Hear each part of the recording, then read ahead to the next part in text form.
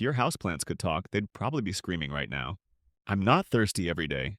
Symptoms of overwatering: yellowing leaves, mushy roots, waterlogged soil.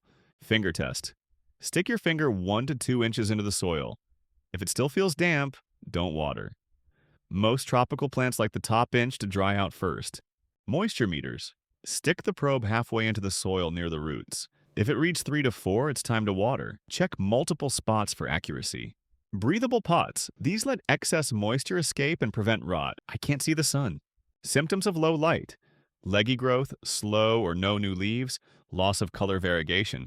Match light needs. Put sun-loving plants like succulents near the brightest window. Use sheer curtains for indirect light lovers like ferns or calatheas. Use grow lights. If natural light is weak, LED grow lights can fill the gap. Aim for 12 to 14 hours daily. I can't breathe. Symptoms of poor airflow: moldy soil, pests, weak stems. Keep air circulating. Use a small fan on low near plant shelves. Rotate plants occasionally to expose all sides. Don't crowd them. Space your plants out to allow air to flow between foliage. I'm freezing or boiling. Symptoms of wrong temperature: leaf drop, crispy tips, wilting despite watering. Stable temps. Most houseplants prefer 65 to 80 degrees Fahrenheit. Avoid placing them near radiators, AC vents, or drafty windows. Watch windowsills. Even sunny windows can get too cold or too hot, especially in winter or summer.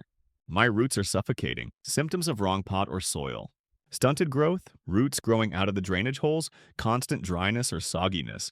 Soil mix. Use cactus mix for succulents, peat-free mix for leafy plants, and chunkier soil for aeroids. Repot when root-bound.